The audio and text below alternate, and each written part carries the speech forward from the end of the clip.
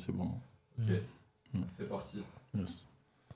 Asalaamaaleykum mbokk yi comme ni ñu leen ko waxee chaque 2 semaines la ñu waxoon ne dañuy def benn émission wala 1 mois en tout cas ñu def ci benn yoon émission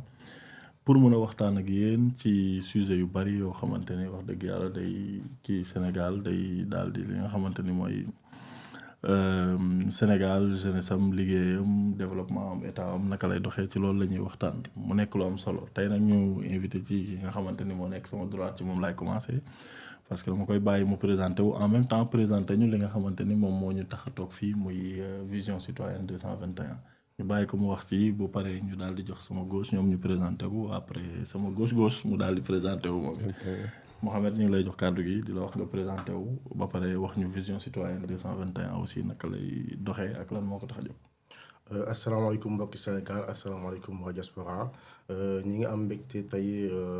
bokk ak jotaay bi ñi nga xamante ne moom ñu lañu war waxtaanal ci li nga xamante ne moom mooy plateforme vision citoyenne. donc plateforme vision citoyenne du ko tax a jóg benn kuréel la bi nga xamante ne ni comme son nom l'indique dañuy waxtaan ci lépp li nga xamante ni c'est des sujets de citoyenneté waxtaan ci li nga xamante ni moom mooy Sénégal waxtaan ci li nga xamante ni moom mooy sujet de développement ak lépp. donc ci biir vision citoyenne bi di ngeen gis li nga xamante ni dañuy waxtaan ci rubrique yu bëri donc après dinañ ko présenter plus ñuy dem donc loolu moo ko tax a jóg ànd ceeg ñi nga xamante ni moom mooy suñu collaborateur dinañ fexe tamit yéem Sénégal ak ñi nga xam ne ñoo nekk diaspora fekk fi ngeen mën a nekk suñ ko mënee am jotaay physiquement ñu def ko sinon ñu def aussi jotaay en texte pour ñu mën ci gën a discuter maa ngi bàyyi kàddu ak ñi nga xamante ni moom mooy ñeent. du coup sama gauche laay daal di dawal sama loxo daal di jox ki nga xamante ni moom mooy Sidi Yaya Thioye daal di koy jox kàddu gi mu présenté wu ba pare wax ñu moom lan la jàpp ni mooy rôle état comme ça ñu dugg ci sujet bi directement balaa ñuy jox Idrissa kàddu gi. asalaamaaleykum mbokk yi maa ngi leen di ziar di leen di nuyu wax ni que c'est Sidi Thioye citoyen sénégalais patriote dévoué politicien à temps partiel et Modou à plein temps. Par rapport au sujet bi muy le rôle des pouvoirs publics dans la problématique du chômage au Sénégal mën nañ wax ni que pardon mën nga ma rappeler question bi. la mooy juste rôle état nga ñuy fàttali après ñu doog a commencer. waaw dëgg la état moom mën naa wax ni que ci biir dëkk ma damay associer état comme kilifa ci biir kër c'est-à-dire que ci biir kër moom kilifa moom moo fa am kàddu. moom moo fa mën doxal moom moo xam ban vision lay jëmale njabootam donc warul bàyyi jàmbur wala surga ñëw di doxal bi këram à sa place donc dafa am ay responsabilité ñu mu war a tenir ñu mu war a assumer te su ko deful lekk maala day daane. tey ci jërëjëf Sidi Thioye ñu daal jox ki nga xam ne mooy Idrissa Wele mu wax ñu moom it mooy kan jaar-jaaram ba pare daal di ñuy wax dëgg-dëgg lan mooy rôle état ñu commencé. waaw salaamaaleykum di nuyu ñëpp ñi nga xam ne ni ñu ngi jël seen temps pour seetaan jotaay bii nii déglu ñu donc présentation bi dina gàtt donc wax ni maa ngi tudd Idrissa Wele donc formation def droit def aussi un peu école supérieure def commerce. Et en termes d'emploi, donc je suis enseignant donc ici en France, donc j'exerce en tant que professeur des écoles. Voilà. Donc rôle état je pense que jaar na ci déjà. Donc bu ñu ko bëggee peut-être jéem a mettre en relation plutôt avec suñu sujet bi nga xam ne ni moom moo ñu fi indi tey mooy lan mooy rôle lu ñu war a xaar ci état donc pouvoir public yi de manière beaucoup plus précise. ci création d'emploi ak yooyu pour man question bu am solo la ndaxte souvent Sénégal dañuy associer dañuy gis suñu homme politique yu bëri dañ naan rôle état nekkul créer emploi état amul vocation jox xëy ndaw ñeek yooyu waaye plutôt créer conditions yi nga xam ne ni mooy permettre liggéey mën fa bëri donc nag levier yi mën na bëri léegi nag mu nekk débat boo xam ne ni tey mënoon nañ def fii toog fii 1 heure te duñ ko épuiser parce que dinañu interpeller ci gis-gis bi nga xam ne moom la ñu am ci suñu état léegi nag véritable question bi mooy tey homme politique yi ñu am actuellement yi nga xam ne ñoo am une vision souverainiste est-ce que tey dinañ xaar même attendu yi donc un état qui n'intervient pas qui crée les conditions est-ce que loolu lañ si war a mën a xaar rek loolu nag tey si biir débat dinañ si mën a jàll. dëgg ñu daal di fàttali li nga xamante ni mooy sujet bi auditeurs yi di leen wax ni carrément sujet bu tey bi mooy la problématique de l'emploi des jeunes au Sénégal que devrions-nous attendre des pouvoirs publics. Première question bi nga xamante ni mooy njëkk a jóg mooy il faut ñu def diagnostic de li nga xamante ni moom mooy la situation de l'emploi au Sénégal moo tax ñu poser question bi nii lan mooy l'état actuel du chômage et du sous-emploi des jeunes au Sénégal ñu daal di jox ki nga xamante ni mooy Mohamed kàddu gi moo am loo xamante ni war na ko si mën a tënk. D'accord Sidi damay kontaan ci tontu question bi parce que boo xoolee actuellement sujet bi wala question bi Sénégal yu bëri ñu ngi koy évoqué si li nga xamante ne moom moo jëm ci wàllu chômage donc actuellement l'état mooy li ñuy woowee chômage Sénégal déjà il faut ñu def la clarification parce que Sénégal yu bëri dañuy jàpp ni képp ku liggéeyul lekk mooy chômage alors que ci biir dëkk am na ñi nga xamante ne ñoom ñooy chômeurs yi am na ñi nga xam ne moom mooy inactif yi donc chômage dafa chômeurs yi dañoo bokk ci li nga xam ne moom mooy population active bi donc bañ ko jaawale bu ñu waxee Sénégal kii chômeur la parce que langage courant bi souvent dañ naan kii chômeur la donc actuellement lu ñu mën a gis ci lu ñu mën a jàngat ci loolu mooy boo xoolee Sénégal am na jafe-jafe yu bëri ci li nga xamante ni moom mooy emploi jeunes yi moo tax nguur yi nii ñu ngi ciy def ay jéego mais actuellement l'état du li nga xam ne moom mooy chômage Sénégal c'est genre état bu on va dire catastrophique la parce que boo xoolee ñu ngi ko tënk ci li nga xam ne moom mooy 19% ci boo xoolee population bi yëpp donc mën nañu wax ni que état yu chômage actuellement c'est pas ñi ngi xaar ci nguur gi du ëpp li nga xam te ne moom lañu nekk di gis nii. bu ñu weesoo loolu dañuy ñëw daal ki nga xamante ne moom mooy Sidi Thioye ñu ne ko lan la xalaat ci li nga xamante ne moom mooy l'état actuel du sous-emploi des jeunes et du chômage waaye bu ko weesoo aussi ñu jël beneen question toftal ko si comme ça moom day daal di emmagasiner ak ramasser li nga xamante ne Mouhamed wax nañu ko léegi mu nekk lu am solo ba pare mu tontuwaale ci li nga xamante ne moom mooy les secteurs qui recrutent vraiment le plus et les secteurs yi nga xamante ne ñoom ñooy stagné ci wàllum emploi des jeunes du Sénégal. waaw damay rebondir ci sama naataango bi nu mu doon wax par rapport ak taux de chômage au Sénégal si dernier trimestre muy 19%. C'est vrai que soo liree da ngay gis ni que bon c'est y a une baisse de deux points si je me trompe pas mais bon c'est un peu l'arbre qui cache la forêt parce que Mohamed expliqué na ko tantôt il y a le taux de chômage 10% mais il y a aussi le secteur informel qu'il faut prendre en compte les gens qui évoluent là-bas occupe un part important de l'économie sénégalaise mais est-ce pour autant am na benn apport bu vital su fekkee duñ leen mettre en compte ci problématique emploi bi donc yooyu yëpp mën nañ ko war nañ ko xoolaat te war nañ ci am benn jàngat bu gën a pointu mais par rapport ak deuxième question bi muy oui deuxième question moom mooy les secteurs qui recrutent le plus et les secteurs qui stagnent. waaw les secteurs qui recrutent le plus da ngay xool par exemple par rapport ak ñi nga xamante ni ils sont partis dans les universités publiques ils ont eu leur diplôme la plupart d'entre eux attendent les concours. donc mën nañu wax ni que c'est la fonction publique qui recrute le plus mais est-ce que recrutement fonction publique doy na c'est à revoir parce que da ngay gis ni que pour benn concours tu peux avoir 10 000 candidatures pour seulement 300 places, c'est très dérisoire. Donc, c'est quelque chose qu'il faut prendre en compte. Bon, le secteur libéral, ça recrute, mais dans certaines corporations, je peux parler par exemple, le métier de comptable, dinañ recruter, mais day fekk yow nga am parcours académique bi réussir ay concours nekk expert comptable déjà di nga nekk sur le marché mais loolu yëpp parcours la diggante bi ngay nekkee école am bac dem université. sans fàtte que parfois entreprise ils peuvent te dire que ne yow carrément da nga war a yor benn expérience justement de soldat vétéran expert. justement mais man damay rebondir sax est-ce que tamit sax le fait que ñi nga xamante ne que ils ont un emploi ils sont qualifiés ils ont un emploi est-ce que seen salaire mën na leen permettre ñu yem ci emploi boobu noonu. donc bon après loolu c'est un autre problème après daal di wax ni carrément secteur yi li ñu la wax ni lu am solo la ci di bàyyi Idrissa mu ñëw ci ñaari question yooyu les secteurs qui recrutent le plus Idi ñëw na si franchement Sidi Thioye tontu na si waaye li nga xamante ni moom mooy affaire bi mooy dañuy daal di glisser ni lan moo tax quels sont les facteurs yi nga xamante ni c'est des facteurs structurels qui nous expliquent la difficulté d'insertion des jeunes lan moo tax tey jeunes yi mënuñu insérer wu en tout cas si le marché. waaw bon merci beaucoup si sa question bon donc loolu mën nañ ko analyser si angle yu bëri donc benn mën naa jël deux yi nga xam ne ni jàpp naa ni moo ëpp solo donc benn bi muy déficit de formation donc et par déficit de formation je n'entends pas que ni amul ay écoles de formation yu suffisantes Sénégal même si aussi c'est un fait wala ay formation qualifiantes yu insuffisantes donc pour man déjà y a le déficit de formation par rapport à nos besoins mais aussi le déficit d'offre boo xam ne ni tey ñi nga xam ne ni ñoo nekk sur le secteur mënuñu ko ñi nga xam ne dañoo nekk déjà sur le secteur mënuñu tey marché intérieur Sénégal il n'est pas si développé que cela pour entreprise yooyu mën a prospérer mën a tey internationaliser wu wala yooyu comme tey yenn firme internationales yi mën a recruter en masse ak affaire donc pour man ce sont deux choses yoo xam ne ni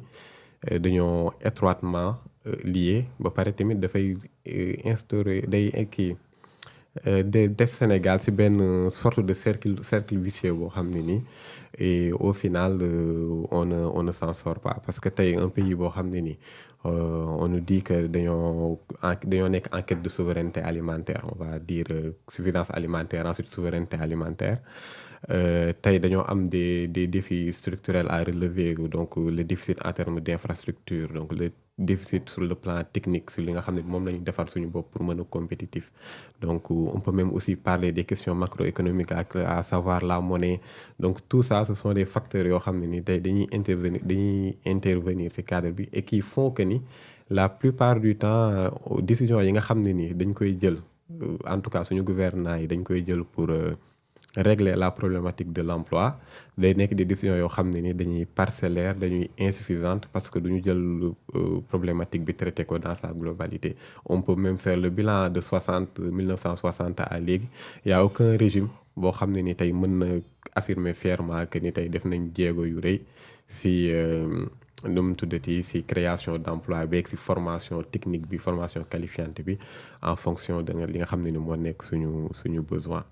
voilà si jéego yooyu laay ñëw di wax ni carrément 1960 ba léegi wax dëgg yàlla am na ay régime yoo xamante ni góorgóorlu nañ en tout cas indil ñu ay sigle wala ay société yoo xamante ni quand même am nañ ay personnalité morale ça veut dire directeur wala directrice ñu leen di fay suñu xaalis mais avancé yi mooy li des loolu moo ñu dugal ci quatrième question bi nga xamante ni moom la ñu am mooy quels sont les politiques ou programmes déjà mis en place pour favoriser l'emploi des jeunes yooyu nag ñu gis si mu nekk ay yu bëri yoo xamante ne état avancé na si muy la DER délégation de l'entrepreneuriat rapide ñu gis ay FNPJ am na fii ANPEJ am na gis nañ 3FPT tout ça là c'est des politiques yoo xamante ne état teg na ko mais c'était pour lutter contre le chômage mais est-ce que yooyu tey ba ñu gisee seeni limites gis aussi seeni manque d'efficacité état bi am na beneen stratégie contre le chômage bu weesu ñoom parce que gis nañu ñoom la état actuel bi nga xamante ni moo fi nekk moom la continuer di doxal moo tax ñuy laaj naan est-ce que état bi am na beneen stratégie boo xamante ni moom la teg pour mën a xeex ak chômage bu weesu li nga xamante ni mooy les programmes déjà établis par les autres régimes passés voilà. Donc pour cette question bi rek mën naa ni actuellement parce que jar nañu clarifier déjà état bu nekk ak gis-gisam bu mu am ci wàllum emploi parce que état yi nga xam te ne ñoom ñoo fi jot a jóge par exemple en tout cas les deux derniers régimes ñoom ay état libéraux la ñu woon donc libéraux ñoom li leen taxoon jóg mooy seen objectif mooy dañuy libéraliser marché bi créer ay champions c'est-à-dire entre guillemets entreprises privées pour que ñoom si ñu accompagner leen ba pare déjà teg ay li nga xam te ne yenn programme ci fiscalité pour nga xam ne leen wàññil impôt moom waa dire parce que libéralisation économique la ñu wax te loolu day am njeexital ci li nga xam ne moom mooy création emploi parce que loolu yëpp wuteeg comme régime bi parce que gis-gis bu ñu am ci régime bi mooy fu ñu bëgg dem mooy dañuy favoriser li nga xam te ne moom mooy entreprise sénégalaises yi maa ngi joxe exemple ci li nga xamante ne moom mooy campagne arachidière bi passé ñoom dañoo amoon gis-gis ni entreprise yi nga xamante ne moom moo fi nekk comme Sonacos dañ leen war a dooleel moo taxoon lépp li nga xamante ni moom moo jëmoon ci wàllu exportation li nga xam ne moom matière première yi dañ ko wàññi woon pour ñu mën a am production fini boo xamante ni dina mën a am après am ay njeexital ci li nga xamante ni moom mooy création emploi sauf que doxalin boobu noonu nga xam ne moom lañ doxal nekkul loo xam ni mën nañ wax ni que day favoriser vraiment création emploi donc. création emploi ñu xool ba xam si li am na leen lu mu wax ci question bi. damay rebondiraat tracer historicité de façon très brève par rapport à 1960 à nos jours. On est passé d'un cadre socialiste pour entrer dans un cadre libéral pour venir actuellement dans un cadre qui se veut souverainiste. C'est-à-dire que cadre socialiste, on était dans une logique où c'est l'État qui recrute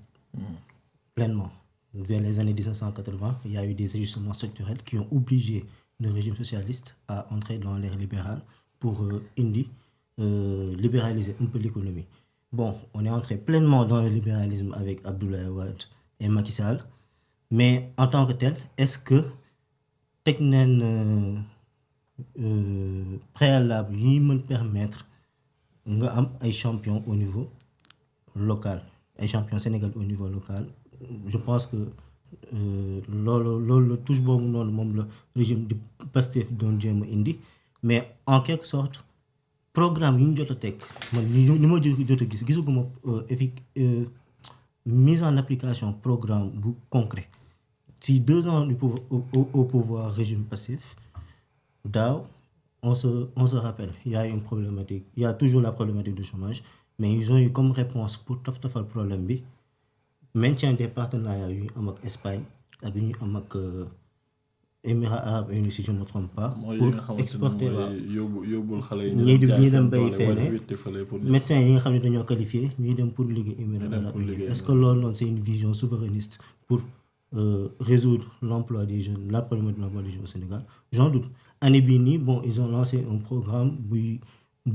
qui se veut de donner 700 000 emplois aux jeunes. Bon, ils ont promis de leur offrir, de leur former, de leur offrir des qualifications professionnelles.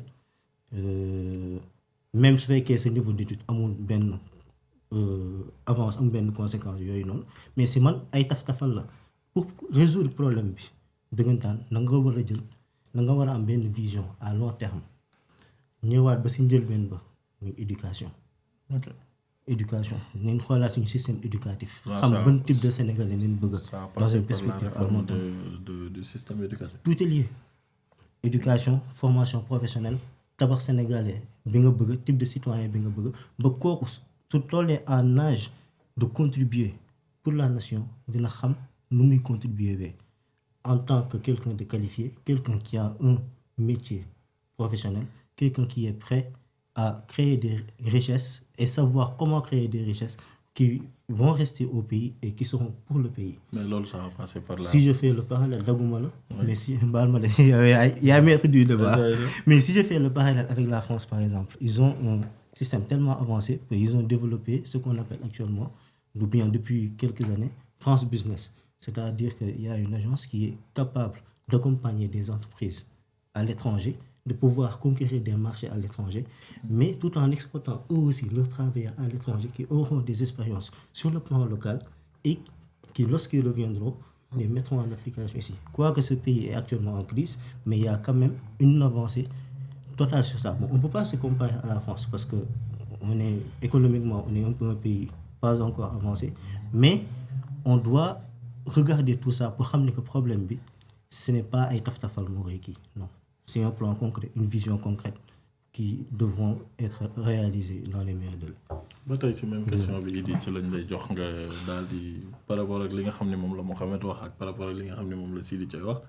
nga daal di si ñëw ba xam état bi la teg na stratégie bu bees bu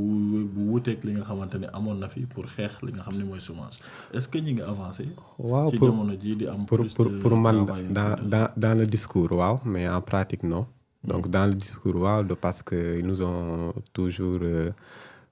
en tout cas ils se sont toujours présentés comme des souverainistes et encore il faudrait définir ce qu'on entend par souverainiste concept boobu noonu parce que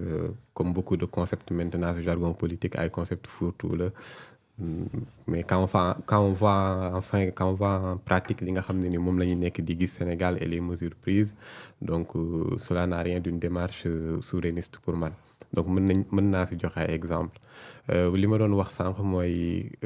li ma doon souligner sànq si bi ñuy def diagnostic bi dama ne man sama principal problème ak loolu c'est qu'on au lieu de penser à une refonte de tout ça comme Sidi Yaya lu mu souligné donc am une vision long terme soutenue ñu xam ne ni fii ak 10 ans fii ak 15 ans dinañ régler concrètement et définitivement ce genre de soucis et qu'on avale il préfère jël ay décisions parcellaires bokk na si tey comme lu mu wax programme formation jeunes yeeg yooyu noonu donc des formations certifiantes sur 3-6 mois ce qui est bien parce que au moins di nga yokk ce niveau de qualification wu dëkk mais en l'état actuel mais le problème en est que qu'est-ce que tu fais à côté voilà qu'est-ce qui a fait que ni tey nga yegg si tey en 2025 nga am population boo xam ne ni qui n'est pas qualifiée qui n'est pas formée ak affaire yooyu si tu fais normalement ce diagnostic et que nga jël nit di leen former donc normalement tu dois comprendre que tu dois mettre en place des choses pour éviter cela à l'avenir est-ce que loolu en tout cas mettre nañ ko en place man à mon avis gisuma ko en termes de stratégie aussi c'est pareil quand on nous vend le souverainisme c'est plutôt des acteurs sénégalais qui vont eux-mêmes faire notre économie donc des Sénégalais qui font notre économie. Maintenant, quand on voit la démarche du ministre de l'Industrie, Serigne Gueye Diop, donc voilà, qui a même mairie bu mu yoroon ça a été sa démarche. Donc c'est quelque chose qu'on peut comprendre, hein? C'est une stratégie assumée, ce qui se fait à peu près partout. Donc faire venir ay entreprises étrangères, collaborer, donc on parle aussi de transfert de compétences, loolu aussi bon terme la boo xam ne on met tout lépp ci biir et donc dans ce sens on se dit que dañuy créer de l'emploi donc voilà déjà pour man régler wul problématique bu emploi parce que le temps ngay mettre en place benn industrie wala benn usine wala je sais pas peut-être 4-5 ans pour installer lépp def li ngay def tu vas recruter au mieux benn 1000-2000 personnes si diggante 5 ans yooyu ngay toog moment bi nga koy def xale yi nga xam ne amoon nañ 15-14 ans wala 16 ans ils vont devenir majeurs ñëw fekk si la si marché de l'emploi bi tu règles pas grand-chose si tu mets pas li nga soo boo tegul ay boo accentué wul en tout cas sa réflexion beaucoup plus dem à la source xool problème noo koy régler définitivement et donc pour man aussi dafay nekk un peu du réchauffé du déjà vu et pour man politique ak surtout en tant que gouvernement aussi avant tout tu dois être capable de faire rêver tey sa réew li nga leen mën a proposer en termes d'offres li nga leen mën a proposer en termes de qualité de vie si futur yi mais là man j'ai l'impression qu'on fait plutôt du sur place et que pour man là c'est plutôt une gestion de routine plutôt qu'une gestion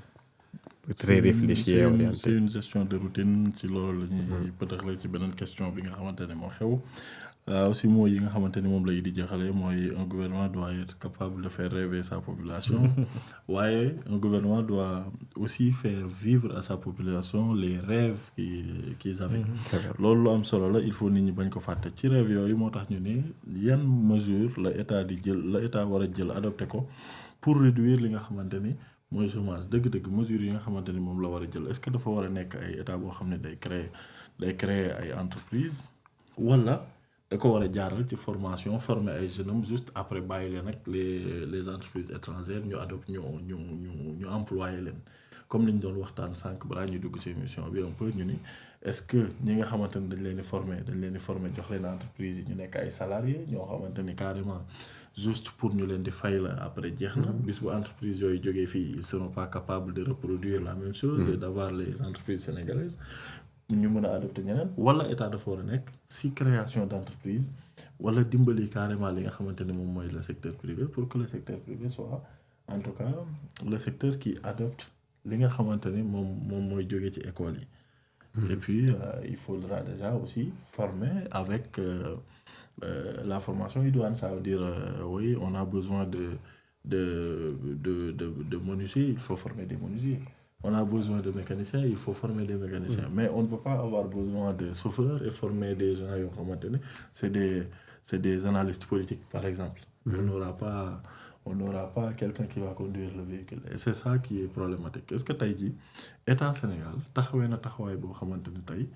mën na dimbali secteur privé pour mu absorber li nga xamante ni moom lay former ci école yi wala est-ce que état du Sénégal jamono ji day former pour yenn secteur li nga xamante ni mooy les entreprises étrangères absorber li nga xamante ni moom mooy ay ndaw. li ñu ci mën a wax premièrement mooy déjà il faut que état déjà assumer sa population bu ñu waxee loolu mooy maanaam il faut que mu am besoin boo xam ne dañ koy définir et ci besoin boobu noonu ñu xam fan lañ jëm c'est-à-dire état moom moo xam lan la soxla ci wàllu ingénieur lan la soxla ci li nga xamante ne moom mooy agriculteur et cetera et cetera donc ci loolu boo bëggee jëm ci vision boobu noonu il faut nga xam loolu léegi état par exemple boo jëlee li nga xamante ni taxawaay bu mu war a am déjà il faut que mu nekk entre les deux c'est-à-dire il faut que état déjà accompagne le secteur privé ba pare état di mën a créer donc gis nañ instant yi nii programme bi nga xamante ne moom la Diomaye teg mooy suñu champion li ko tax a jóg mooy maanaam investir ci li nga xamante ne ni moom mooy entreprise sénégalaise yi dans une démarche on va dire souverainiste pour que entreprise yooyu noonu ñu mën a am créer li nga xamante ne ni moom mooy emploi donc loolu mooy première partie deuxièmement il faut que état mettre en place des politiques publiques yoo xamante ne nii day méngoog li nga xamante ni moom la ñu soxla ci emploi c'est-à-dire wax nañ ci industrialisation wax nañ aussi ci li nga xamante ni moom mooy mbay bi donc ñaari partie yëpp la war a am c'est-à-dire état dafay jàppale secteur privé ba pare moom mu créer balaa loolu tam am na leneen loo xamante ni bëgg naa ko ci yokk mooy maanaam il faut que waaw après idée day jékki-jékki daw voilà li nga xamante ni moom laay indiwaat ci li nga xamante ni moom nga doon wax léegi mooy est-ce que formation yi nga xamante ni moom la ñuy proposer correspondre na ak li nga xamante ni moom la entreprise yi di xalaat di xaar pour absorber ñi nga xamante ni ñoom la ñu am besoin mooy est-ce que les formations correspondent à la demande du marché. jàpp naa ne saa yi déedéet parce que boo xoolee Sénégal suñu formation système classique bi lañ am c'est-à-dire ñi nga xamante ne ñoom ñooy jàng dañuy jàng jaar université pour après tourner amuñu benn formation qualifiante ñi nga xamante ne par exemple jotuñu am métier jotuñu jàng dañuy état ñu leen di jéem a def ay jéego pour former leen ci li nga xamante ne moom mooy les métiers classiques menuiserie tout ce qui est métier yoo xamante ne c'est mécanicien et cetera mais gis-gis bi nga xamante ne moom la ci état di am du ci dem au bout c'est-à-dire da leen former ñu xam strict minimum pour mën a travailler ci ay conditions yoo xam ni c'est pas vraiment professionnel donc li nga xamante ni moom moo nekk ci marché du travail en tout cas vision bi li mu prétendre créer ay entreprises industrielles ba pare mécanisation beeg yooyu loolu formation bi nga xamante ne en tout cas il faut que état mën a récupérer waat ay jeunes am mën leen former ci li nga xamante ni moom mooy les métiers du futur. loolu nag ci la ñuy ñëw daal moo tax nag may indiwaat sama beneen question bi di ko poser directement Idrissa di la wax ni carrément li nga xamante ni moom mooy formation yi nga xamante ni moom la le système éducatif di proposer à la fin de la formation de l'étudiant wala du citoyen sénégalais moom parewul pour demande bi nga xamante ni moom la entreprise di def ça veut dire que ni à chaque fois que benn étudiant wala benn jàngkat wala comme mënti doon pare formation am moom parewul pour dem directement liggéey de deux moo tax ñuy laajte woon ne ban place la ñu war a jox li nga xamante ni moom mooy apprentissage alternance ak métiers yi nga xamante ni c'est des métiers techniques par rapport ak suñu formation. Après man sur la formation professionnelle pour man il y a deux problématiques au Sénégal yoo xam ne ni dañ ko raté donc le premier la première problématique c'est la question de l'offre donc tey Sénégal mën nga gis beaucoup de formations professionnelles donc sur tel ou tel métier mais on va dire que ni surtout avant le bac donc on va considérer ces formations comme formation yi nga xam ne ñi nga xam ne dañoo raté seen jàng wala jàngi wuñ wala dem jàngi métier déjà loolu c'est un mauvais diagnostic présenté tey formation professionnelle comme loolu parce que tu dévalorises métier bi doo ko jox gëdd et donc en tout cas tu fais pas en sorte que même des personnes qui sont des élèves ou des enfants qui sont très forts di dem ci genre formation yooyu donc la question de l'offre déjà dafay wane suñu manque d'ambition donc loolu c'est benn donc deuxième chose bi c'est la question du contenu lan ngay jàngale réellement parce que man quand c'était pas dans le cadre de cette émission mais il y a longtemps ma doon xool un peu offre de formation yi nga xam ne ni ñoo am Sénégal donc da ngay gis couture da ngay gis cuisine donc da ngay gis genre yooyu noonu yëpp donc sur certaines écoles de formation di nga gis ay menuiserie donc ay électricité tout ça mais pour man tout cela fu mu jógee mooy on fait un mauvais diagnostic dès le départ de l'informel parce que les métiers yi nga xam ne mooy employé lu ci ëpp donc les métiers de l'informel muy menuiserie yeeg couture yeeg ñooñu noonu yëpp ce sont des métiers yoo xam ne dañ ko dévaloriser donc en réalité et souvent da ngay gis état da lay plus inciter naa leen ñu formaliser woo ak affaire yooyu mais balaa ngaa formaliser da ngay professionnaliser professionnalisation boobu tey mooy tax tey nga changer gis-gis bi nga xam ne ni sénégalais yi ak citoyens yi moom lañu am ci métier boobu parce que si bu fekkee en termes d'exigence wala nga bëgg dem à l'échelle industrielle un menuisier c'est quelqu'un qui doit être bon en géométrie en mathématiques donc voilà donc bu fekkee da ngay dem ci professionnalisation dëgg donc il faut pas que mu nekk ay métiers de seconde zone wala ay métiers yoo xam ne nii voilà des gens qui ont échoué il faut que le menuisier soit que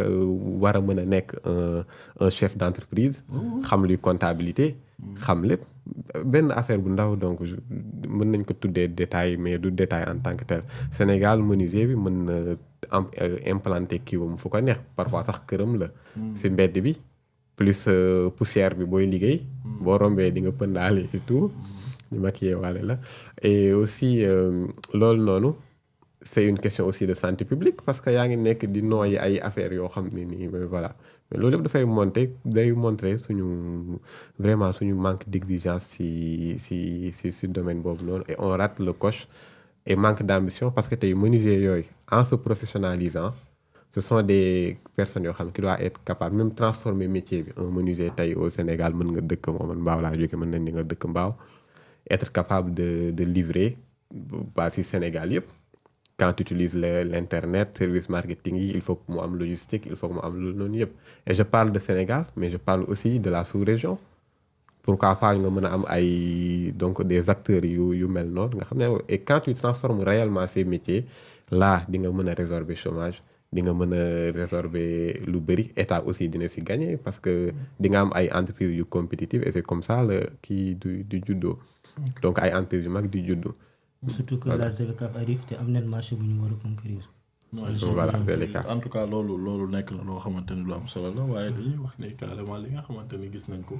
mu nekk benn phénomène boo xamante ni Sénégal jamono ji jàpp nañ ni mi ngi dimbali état lu bari ci mbir mi mooy entrepreneuriat mais nag est-ce que entrepreneuriat est-ce que am na place boo xamante ni état bi jox na ko vraiment boo xamante ni benn société la wala mu nekk benn affaire à part DERA délégation de l'entrepreneuriat rapide boo xamante ni gis nañ ni c'était pour accompagner les jeunes mais gis nañ ni Tabaski la gën a accompagner ak xar yi nga xamante ni ñoom la daan joxe ak yooyu mais est-ce que place bi nga xamante ni moom la entrepreneuriat war a am dëgg-dëgg jox nañ ko est-ce que état accompagner na dëgg-dëgg les entrepreneurs pour ñu mën a comme li ngay wax léegi comme le menuisier professionnaliser ou formaliser mbir mi daal di koy jox benn cadre boo xamante ni on peut avoir des employés de manière légale pour daal di koy xool kooku mën a participer ci pays en même temps am lu yóbbu këram est-ce que loolu mi nga am Sidi waaw nañu rappeler wu dernière offensive publique bu DER def lan la woon. Si tu te rappelles bien. Au moment de la Tabaski. Offrir des moutons. Au lieu de proposer le concret pour ceux qui veulent entreprendre dans le pays. Bon, quand tu étudies le marché de l'emploi au Sénégal, on peut dire que c'est un marché, c'est un environnement très hostile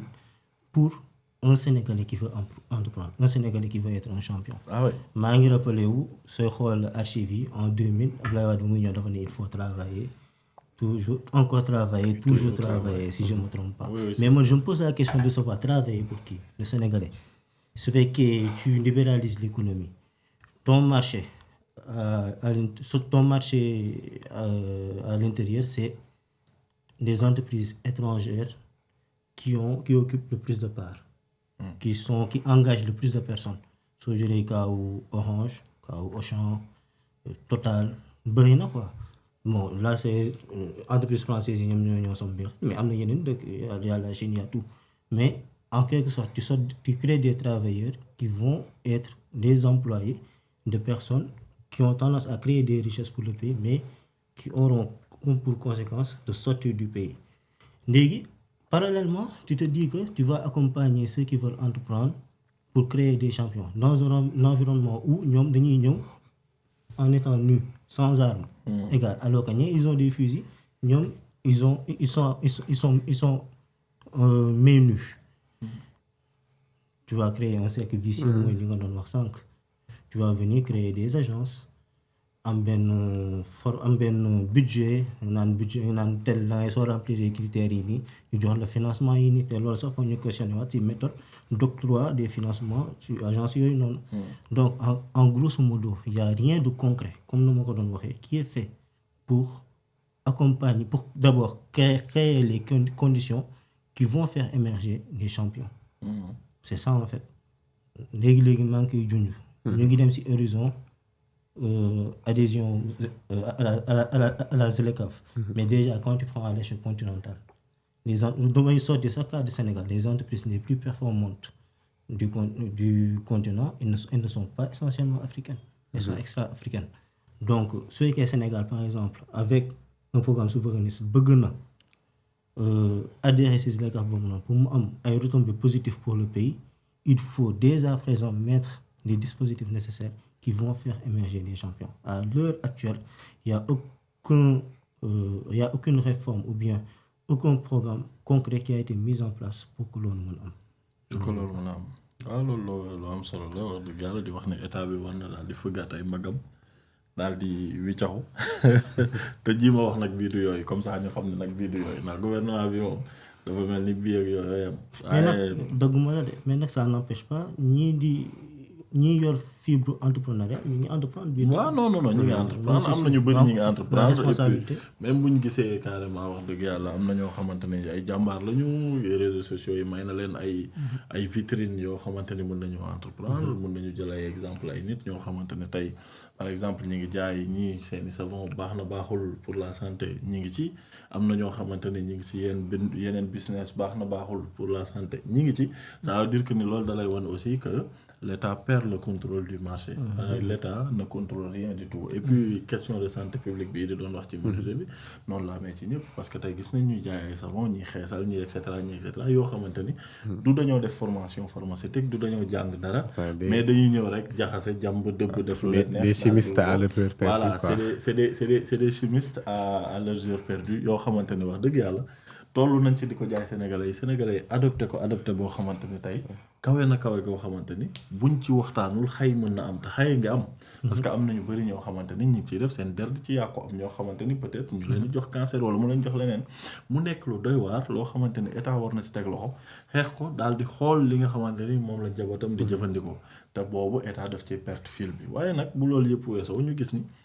état dafa am li nga xamante ni moom mooy secteur privé mu war a jouer benn rôle. ñuy laajte ban rôle la war a jouer bu weesoo loolu naka lañ mën a encourager boobu la secteur privé ba nga xamante ni dina mën a indi davantage de salariés yoo xamante ni mën na leen jël waaye tamit bu loolu yëpp weesoo ñu ni li nga xamante ni mooy beneen question bi ñu ci toftal mooy les partenariats public privé est-ce que mën na nekk loo xamante ni mën na éclore li nga xamante ni mooy le marché de l'emploi au Sénégal. nag may rek ma rebondir ci li nga xamante ni moom nga posé woon si li nga xamante ni moom mooy entrepreneuriat dafa nekk benn pàcc bu am solo ci li nga xam ne moom mooy création emploi boo xoolee Sénégalais yi dañoo am ADN de l'entrepreneuriat Sénégalais yi koo gis day entrepreneur. ñii ci TikTok ñii dañuy jaay lii ñii dañuy jaay lii taxawaay bi ci état war a am nag. maanaam ñaar la déjà pour accompagner parce que ñu si bëri dañu bëgg a entreprendre dañ naan lan laay liggéey bëgg naa entreprendre mais xamul lu may def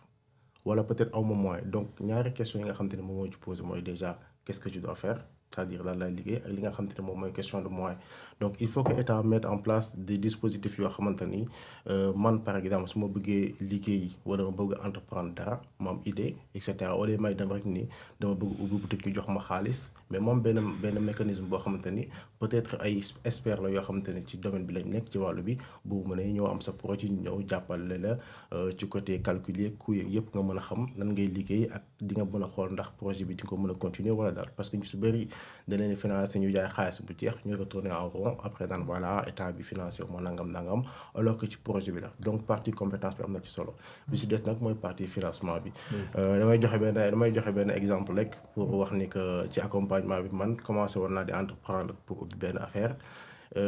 li lay wan ni état par exemple des na te dugal loxoom ci biir man dama commencé woon def lépp li nga xam te ne moom mooy formalisation yi dem jàpp ma war a jar yëpp mais au moment où ma war a am autorisation pour utiliser telle chose ça fait on va dire plus d'un an am autorisation et que du moment ma commencé parce que occupation peut-être dama doon génn tuuti occupation boobu noonu bëggoon am état bi ñëw bëgg daal sama kaw alors que ñun demandé woon naa autorisation pour loolu donc il faut que état mu mën a accompagner jeunes am ñi nga xamante ne bëgg nañ liggéey ñu bañ leen décourager et que mu jaar ci nga xamante ne mooy mairie yi pour tontu sa question bi rek ci li nga xamante ne moom mooy nga fàttali rôle secteur privé bi ak naka la ñuy mën a accompagner encourager li nga xamante ne mooy le secteur bu mu mën a mën a employer waaye tamit est-ce que li nga xamante ni moom mooy parce que ñaari question la est-ce que li nga xamante ni mooy partenariat public privé mën na dimbale état mu diminuer li nga xamante ni moom mooy chômage. à 2 minutes rek ñu abrégé ko parce que temps bi li ñu dese bëriwul. d'accord donc rôle secteur privé déjà secteur privé ñoom comme seen ambition mooy créer richesse wala emploi secteur privé pour man ginnaaw état bu mu tegee conditions yi jàppale leen secteur privé ci man moom mooy emploi en masse parce que état mën na employer mais lu si bëri secteur privé moo koy def. donc secteur privé ñoom dañoo war a am taxawaay boo xam ni am en collaboration parfaite collaboration avec ñi nga xam te ne ñoom ñooy nguur gi mën a xam par exemple yan bànqaas la bëgg a développer ak nan la soxla ci wàllu emploi parce que instant yii nee nañ d'ici 2050 dañoo soxla 13 millions de ñi nga xam ne ñoom ñooy 13 millions xëy lañ bëgg créer ci biir 13 millions xëy yi il faut nga am 1 million d'entreprise pour ñu mën a egg foofu noonu. donc ça veut dire que laaj na liggéey. laaj na li nga xamante ne moom état bi gën a dugal loxoom ci secteur privé parce que secteur privé moom loo ko jox rek dina la ko mën a delloo. bu fekkee état bi par exemple impôts yi wala dara dafa dal seen kaw torop secteur privé ñoom xëy na peut-être du ñu mën a am yenn conditions pour mën a créer emploi. donc pour man ñaar la état dafa war a nekk en parfaite collaboration ak secteur privé pour que secteur privé mën ko delloo li mu soxla ci wàllu emploi pour mën a réduire chômage bi. loolu dañu ñëw si di wax la ni aussi temps bi lañ dese bëreetul xawaabal gi dañ koy commencé wàññi di wax ni luy rôle secteur privé est-ce que nan lañ leen war a mën a encourager ñoom jàppale leen ba ñoo mën a créer ay xëy yu gën a bëri est-ce que les PPP aussi mën na nekk solution pour éradiquer li nga xamante ni mooy chômage. Si ni ma ko gisee da ngay xool composant secteur privé typiquement sénégalais. On a des entreprises mais on a des entrepreneurs sénégalais qui emploient ñoo xam ne que si ils sont du terroir. Je peux donner l'exemple de Seyembo bon qui est actuellement maire mais il y a aussi Atepa il y en a d'autres ñoom ñoo gën a fës médiatiquement mais en quelque sorte l'État dafa war a nu ma ko mën a waxee dafa war a bëgguma utiliser terme créer les conditions mais quand tu compares par exemple un pays comme la Chine et un pays vis-à-vis d'un pays comme les États-Unis man j'essaie toujours de comparer les deux modèles. On a deux modèles différents. Aux États-Unis, on a un État capitaliste. Mais c'est la tradition historique anglo-saxonne et donc par ricochet américaine qui peut permettre la pérennité de ce modèle. C'est-à-dire que tu as un État qui crée les conditions pouvant permettre à des entreprises locales américaines, au secteur privé américain, de gérer le marché. En quelque sorte. Mais création de richesse buy jógee ci entreprise yooyu noonu ça va rester aux États-Unis parce que les banques ceux qui financent les entrepreneurs ceux qui financent les universités publiques à travers la philanthropie de certains milliardaires et tout ils ont intérêt à ce que ñuy produire jeunes yi nga xamante ne dinañ mën créer une valeur ajoutée c'est-à-dire il ne faut pas entreprendre pour entreprendre il ne faut pas que le secteur privé def ni créer entreprise pour juste pour je sais pas jaay ceeb wala nekk ay opérateur économique ak yooyu noonu par exemple on rentre dans l'ère numérique on doit avoir des idées innovantes pour accompagner le développement de l'État au niveau du secteur public. Maintenant, quand tu parles le cas de la Chine, on se rapproche plus de la Chine, même si en termes de démographie, il y a une disparité énorme entre la Chine et le Sénégal. Quand tu parles le cas de la Chine, ils ont un modèle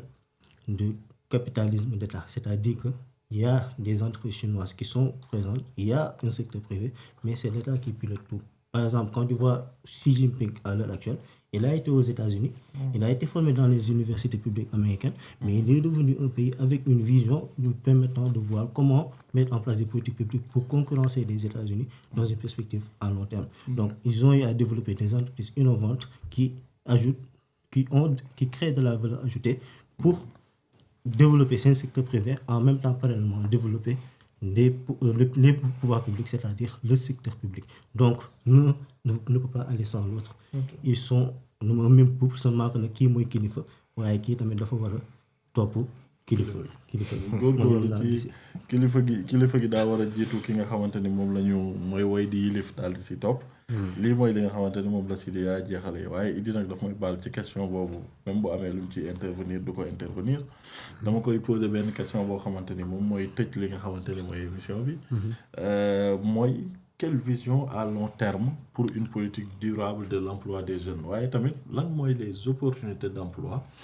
nga tontu ñu si bu sa tontu jeexee nga daal di tàgguwaale ñu jeexal émission bi daal di koy tëj ba jëmmi jamono incha allahu rabbi. Bon vision bi pour vision long terme pour xeex définitivement je pense pas est-ce que xeex sax lañ ko mën a woowee en tout cas pour favoriser création d'emplois am une économie compétitive et autres. Donc pour man c'est une vision boo xam ne ni fondée sur une transformation de notre système éducatif. Donc pourquoi le système éducatif dans le sens où tey ni nga xam ne ni moom la ñu favoriser yenn formation d'excellence yi donc yenn écoles yi il faut aussi qu'on soit capable si vers métier formation professionnelle yeeg yooyu ñu di fay orienter des jeunes yoo xam ne dès le BFM dès 16 ans donc j'imagine ñu orienter leen vers des formations professionnalisantes et pas que tamit mu nekk des formations par défaut. Et donc pour que mu bañ a nekk des formations par défaut il faudrait tamit état am ay stratégie filière. Donc je donne un exemple xam naa ne ngeen ni bëgg naa menuisier ba filière menuiserie bi bokk donc moo gën a parlant au Sénégal tey bu fekkee ni juste da ngaa soxla tey benn on va dire benn employé on va dire que opérateur la un menuisier simple tey kooku formation niveau BFM mën na ko convenir. Maintenant tu as aussi besoin bu fekkee da ngaa bëgg maîtriser filière bi lépp tu as besoin nga am ay ingénieur bois donc yoo xam ne ni tey dina tax yow bois bi au lieu ngay dem di ko jaay ay entreprise étrangère ñu koy taayeeg yooyu noonu découper di ko jaayaat encore sénégalais yi nga xam ne ni day tax seen coût de production gën a yokk du coup duñu nekk ay entreprise compétitive. Donc il faut nga am stratégie boo xam ne dafay jógee si ki nga xam ne ni mooy entreprendre de ki nga xam ne ni juste employé normal la mu am les compétences techniques nécessaires mën a manipuler machine yeeg yooyu noonu yëpp ba kii di créer nga xam ne dafay am ay compétences en termes de comptabilité marketing vision gestion wa entreprise mën a séparer le personnel du professionnel ba aller plus loin. Donc matière première beeg yooyu yëpp ba tamit international kii wax na lu am solo sànq mooy France Business man ba may nekk école de commerce amoon naa travail sur loolu. Donc manière bi nga xam ne lañ doon accompagner entreprise française yi pour ñu internationaliser wu c'était pas juste tey ñëw permettre leen donc disant opportunité de marché tel ou de négocier par eux-mêmes mais c'était déjà par outils yi nga xam ne ni moo nekkoon à leur disposition. am na benn site donc COFAS nga xam ne ni tey ça te permet nga faire ay études par pays xool opportunité d'emploi yeeg yooyu noonu en tant que entreprise française nga xool lan nga fa mën a def xool secteur bi comment ça se passe ba pare tamit quand tu réalises des bilans donc 2 bilans 3 bilans annuels donc comptable même si entreprise bu ndaw nga ñoom pare nañ pour financer la jox la doole sans nga am obligation fay léegi et aussi même bu projet bu échecé sax mën nañ la baal yenn yeeg yooyu noonu et loolu ça t'encourage à t'internationaliser et à nga dem plus loin quoi. Donc voilà donc pour man pour résumer yoo xam naa ne temps bi mu ngi ñuy xooj lu ñu war développer duñ ko mën. Il faudrait une stratégie une réforme de la formation professionnelle mais pas juste di def affaire yi à moitié xam nga ñun dañoo tàmm defantu. waaw donc di professionnaliser à moitié financer naa ay jeunes formé nañ lii ak affaire et il faut que l'État aussi intervienne dans le te pour man sax loolu moo ëpp solo parce que wax nañ fi ay partenariat public privé donc ay secteur privé ak affaire ñun amuñu secteur privé bu ñu waxantee dëgg amuñu secteur privé boo xam ne ni tey il est capable de porter suñuy ambition ce n'est pas possible donc il faut nga am l'État en tant que tel substitué wu en tout cas en premier sur loolu peut-être beneen jour dinañ ci gën a détail wax njëriñ bi nga xam ne ni mooy tax état war a mën a substituer wu sur loolu ba pare tamit ñu bàyyi lay ak tappale si yu bëri dans le sens où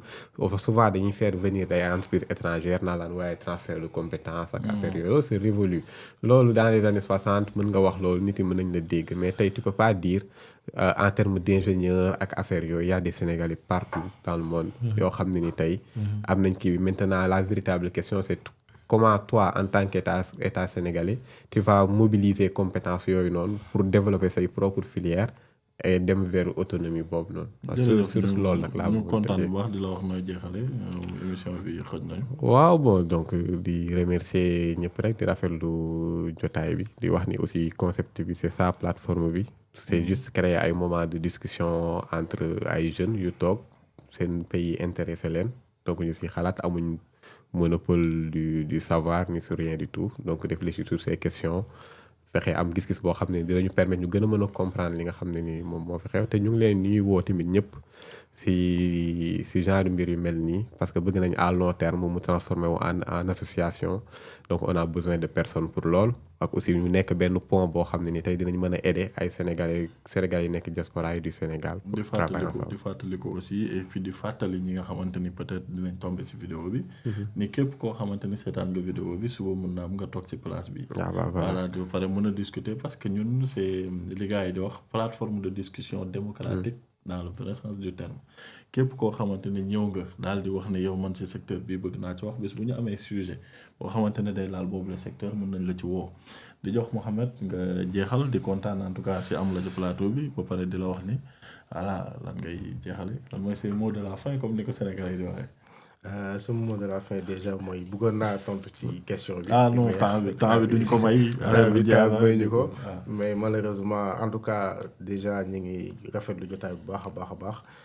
di woo Sénégalais yëpp ci li nga xamante ne moom mooy xew-xew yu mel nii. parce que loolu la ñu soxla jamono ji soxlawuñu rek fal dit après bàyyi ko mu dem mais dañoo soxla quand même ñun ñu consolider suñu idée. wax lan mooy suñu gis-gis ci réew mi wax lan la ñuy xaar ci